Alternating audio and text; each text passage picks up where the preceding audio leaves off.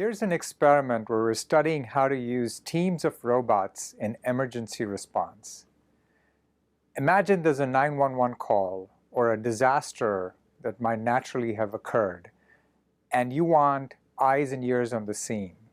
Before human first responders or law enforcement officials get to the scene, you can get robots with downward-facing cameras and microphones at the scene monitoring everything before the humans arrive at the scene. We're interested in determining how to coordinate actions of teams of robots and how to create artificial swarms. What information must robots communicate with each other? How do they coordinate their actions? How do they cooperate to perform tasks that they individually cannot perform? And how do they collaborate with different types of robots? Certainly, nature has many examples in which individuals coordinate, cooperate, and collaborate to perform tasks that they individually cannot accomplish. This is an example of desert ants where they cooperate to carry objects back to their nest. Here's another example where you see 500,000 to 1 million starlings off the coast of Denmark coordinating to form these incredibly complex patterns in the sky.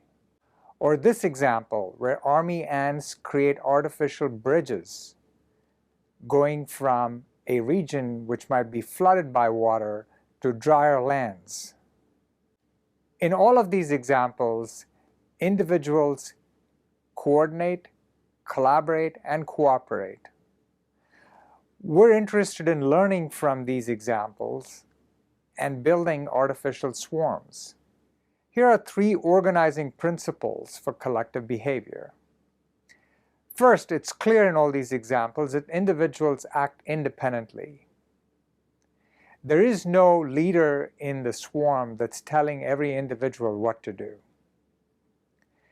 Second, all actions are based only on local information.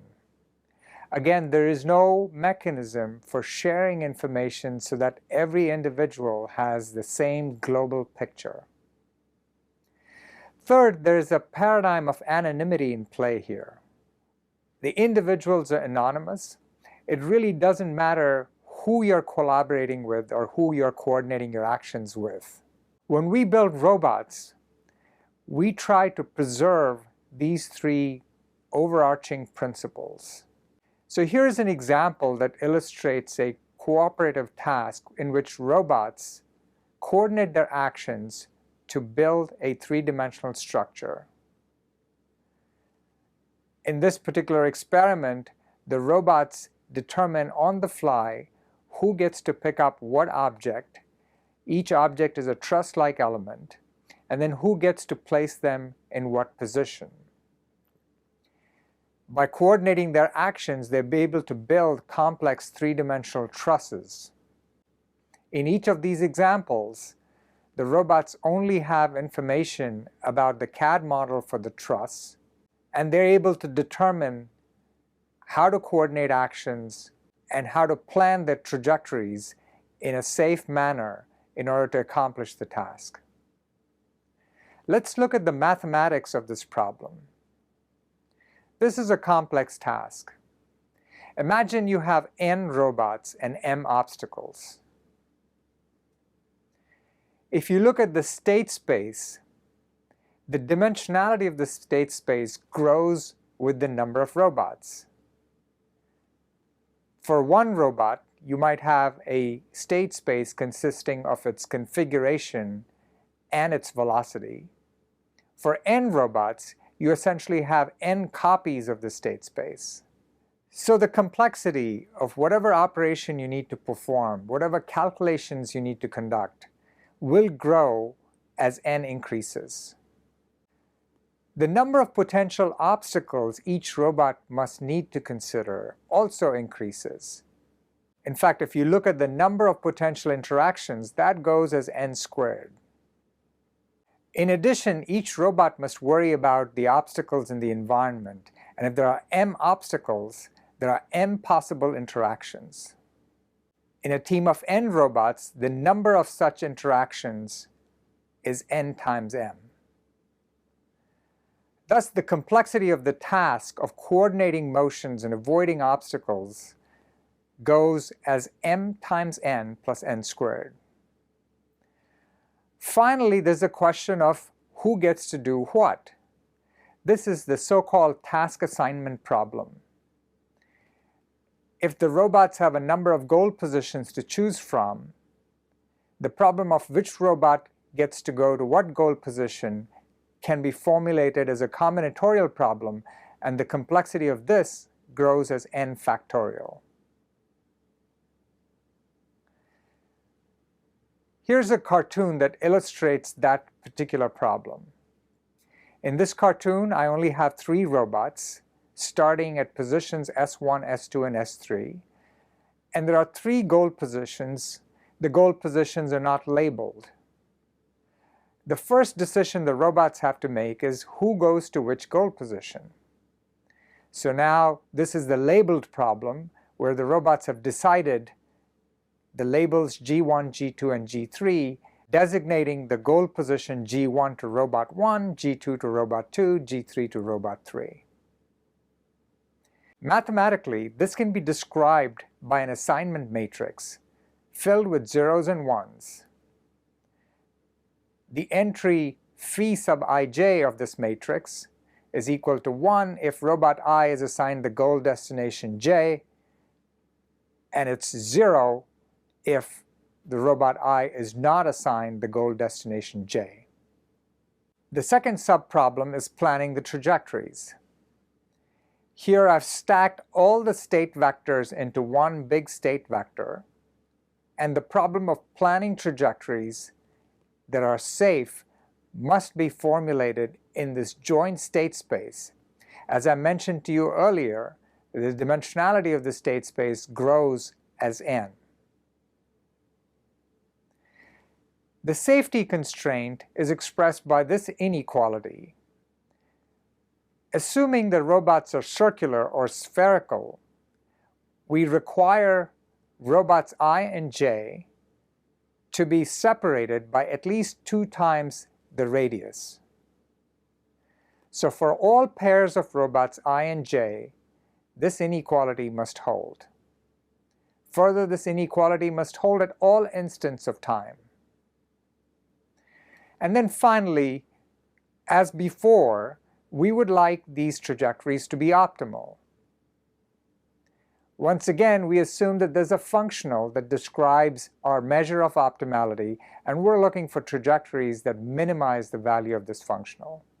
The key problem is to find the right assignment and to plan the trajectories, and both of these need to be done concurrently.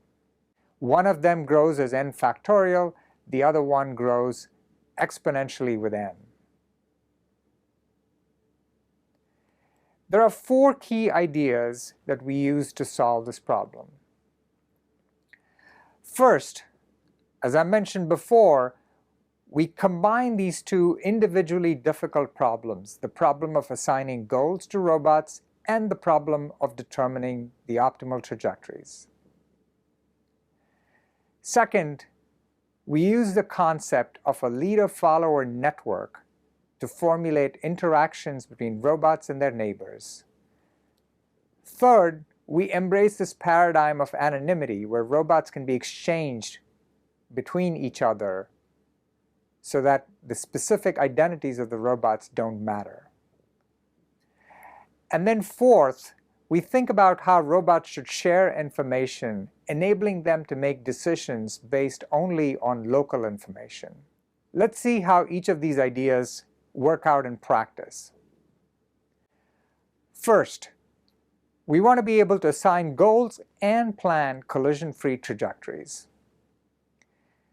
Let's consider a very simple example where you have 2 robots, a red robot and a blue robot, starting off from designated start positions with designated goal positions. If you make a bad assignment, even if you plan the best trajectory possible, and in this case, let's assume the straight line trajectory is the best trajectory, you might get a collision. and that's because these straight line trajectories intersect. If you were instead to think about the problem of finding the assignment and the optimal trajectories concurrently,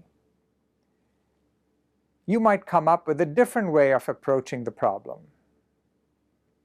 So here was the assignment with the optimal trajectories, and this turned out to be harmful because the robots come in each other's way. What if you instead decided to go with a different assignment?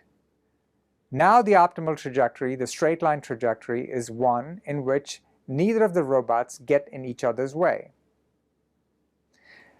So you have two possible assignments to consider. Phi1, where the trajectories intersect, resulting in collisions. Phi2, where the trajectories don't intersect. Instead of first finding the assignment and then solving for the optimal trajectory, we solve both these problems concurrently. Before solving these two problems concurrently, let's make an assumption. This assumption is that the start and the goal positions for the robots are not too close to each other. In other words, if I take any start position S sub I for the ith robot and any goal position G sub j for the jth robot, we want these positions to be separated by a distance that's proportional to r. The constant of proportionality here happens to be 2 times square root of 2. With this assumption, we explore all possible assignments of robots to goal positions. And you can verify that for 3 robots and 3 goals, there are 6 such assignments. Now we find the best possible trajectory, but this time we're minimizing the functional over all possible trajectories and all possible assignments. As a practical matter, you can go through each of these assignments, and there are 6 of them, and for each assignment you find the best possible trajectory. It turns out if you solve this problem, then the resulting solution will be safe and you're guaranteed not to have collisions. This is a simple result, but this result allows you to solve large-scale problems without considering the collision avoidance problem. And this happens to reduce the complexity of the planning problem. Of course, it's not practical to explore all possible assignments for large numbers. But fortunately, there's a well-known algorithm called the Hungarian algorithm that allows us to search through the set of assignments provided we know the optimal trajectories for each assignment. So in the new algorithm, we first find the set of optimal trajectories from each start position to all goal positions. Note that each computation is for a single robot. For n robots and n goals, there are n squared such computations. We then find the assignment with the lowest total cost. The Hungarian algorithm, which is an order n cubed algorithm, gives us the solution for the best assignment.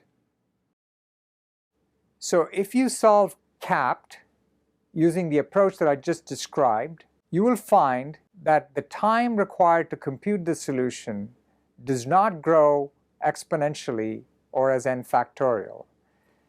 In fact, there are 2 curves here, 2 straight lines that show the cubic growth of computational time and the quadratic growth of computational time as a function of the number of robots.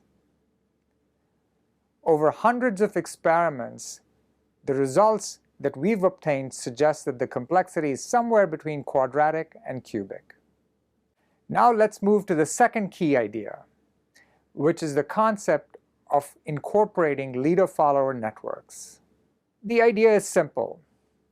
Each robot monitors the distance with respect to its neighbors. More precisely, it looks at the separation as a vector. So if you take the robot in the middle, call it I, for every neighbor j, it monitors the difference between xi and xj. Of course, there are many neighbors, and there are many robots. Each robot needs to regulate its position so that the separation from its neighbors is at a desired value.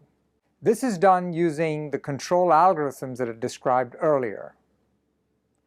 Now, in addition to this, from a practical standpoint, you may have to have designated leaders in the team that actually use absolute information and not just relative information with respect to their neighbors.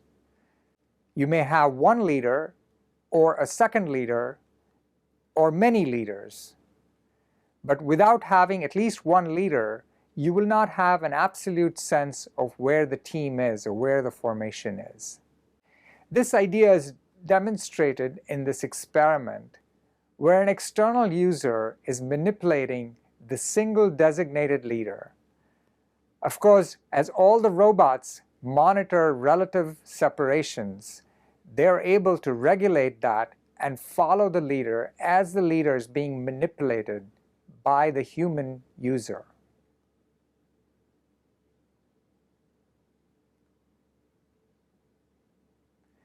Note again in this case that the human actions really don't matter. What really matters is the robots talking to each other and monitoring their separation. At every instant, they're trying to regulate their position so that this separation is at a specified value.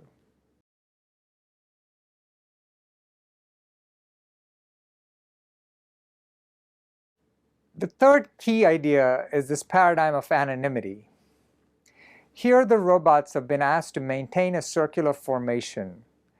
So they try to maintain the desired separation in order to form a circular formation.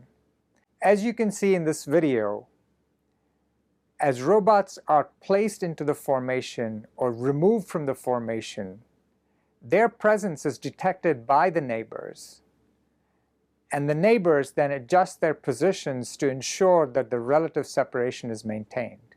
They are agnostic to who their neighbors are. They only react to the presence of their neighbors and again the physical position of the neighbors relative to where they are. If you combine some of these ideas now, you can require that the shape be specified and change as a function of time. So in this video, you actually see the shape of the formation change and also the position of the group change as a function of time. The robots start off from a rectangular formation, change into an ellipse, flatten out into a straight line before deforming back up into an ellipse and then into a circular shape. And the same idea can be extended to more complex shapes. Here you see a 20 robot team and then a 16 robot team that changes its shape. And it's able to go from a three-dimensional shape to a two-dimensional shape and then adapt the shape as they go through this window.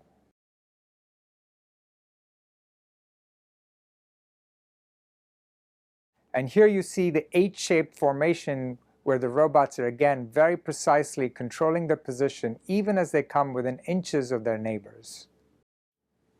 So this technology is useful as we think about practical tasks such as creating robot first responders.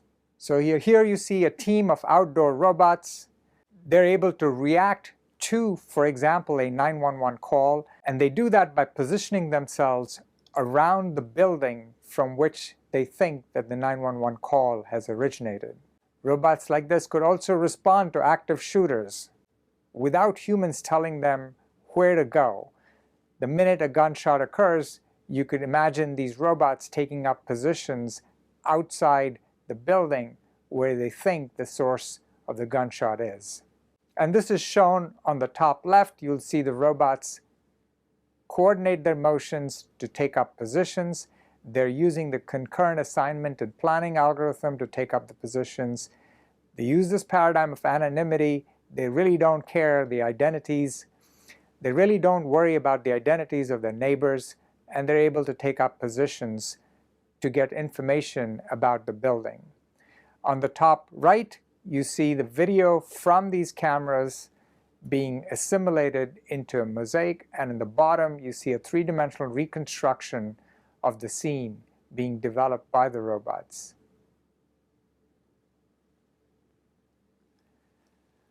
So far, we've been talking about tasks which require the robots to coordinate with each other to perform the task more efficiently. In each of these examples we've looked at thus far, individual robots might have been able to perform the task on their own. The presence of multiple robots results in greater efficiency, and better coordination guarantees that the efficiency improves. What about tasks like this, where the robots actually cannot perform the task on their own?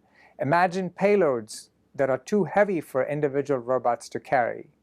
Here you can see robots cooperate to pick up heavy objects and then transport them. How do we get robots to cooperate in tasks like these?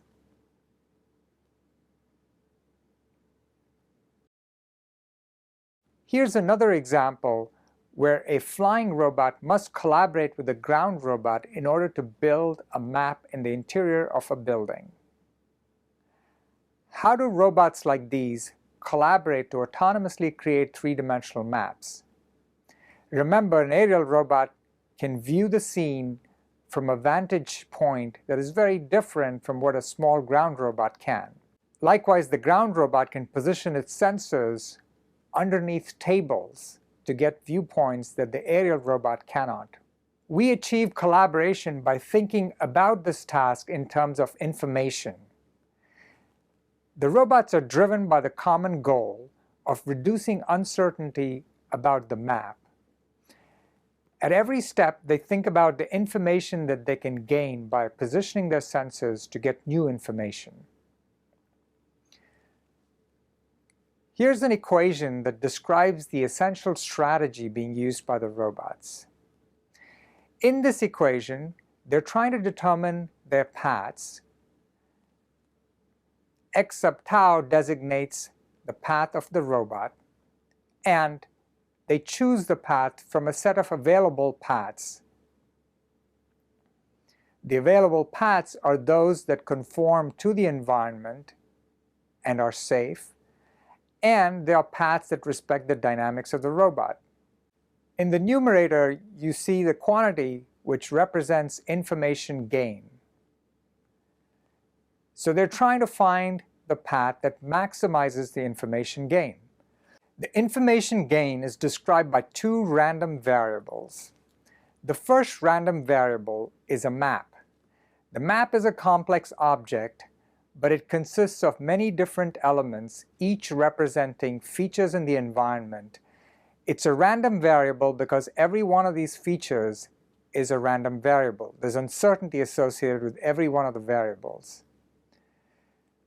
The second random variable that we want to consider is the measurement. Every time the robot moves, it generates measurements. And what the robot really needs to do is to maximize the information gained through its motion so that the measurements yield maximum information about the map. In fact, these measurements should reduce the uncertainty in the map. And then finally, we want to minimize the time taken to maximize the information gain. Thus, in the numerator, the duration of the trajectory is also considered. On the bottom right, you see the robot reasoning about the multiple trajectories it has at its disposal, and on the center right, you see the sensor models that the robot is using to reason about the uncertainty and its means to reduce that uncertainty. So here's a small ground robot that we have in our lab, and in this video, you see what the robot is seeing through its cameras. The robot starts off from a location in the environment, and of course it doesn't know where it is relative to its environment. But based on what it sees, and integrating information from multiple views, it starts building a map. This video is sped up 20 times, but you get the picture.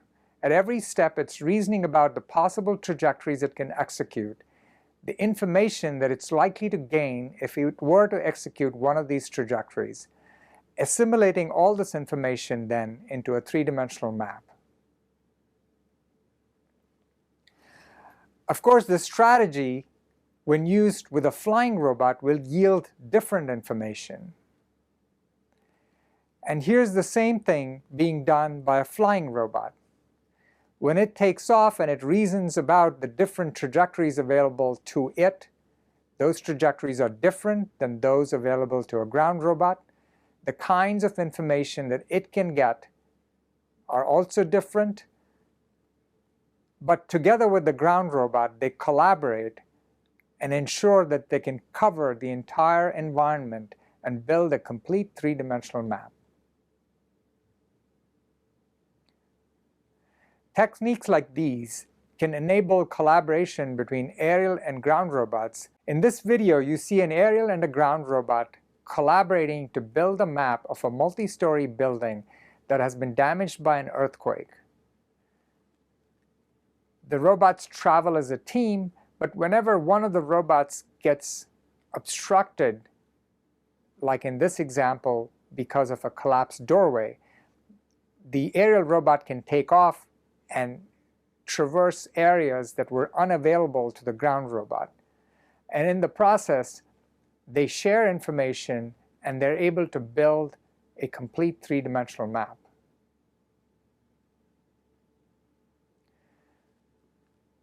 Maps like these can be built autonomously without any intervention by the human operator. This is a map of a multi-room, single-story building, and here's another map of a multi-story building. Swarms of robots can build maps like these very quickly and really change the way we think about emergency response.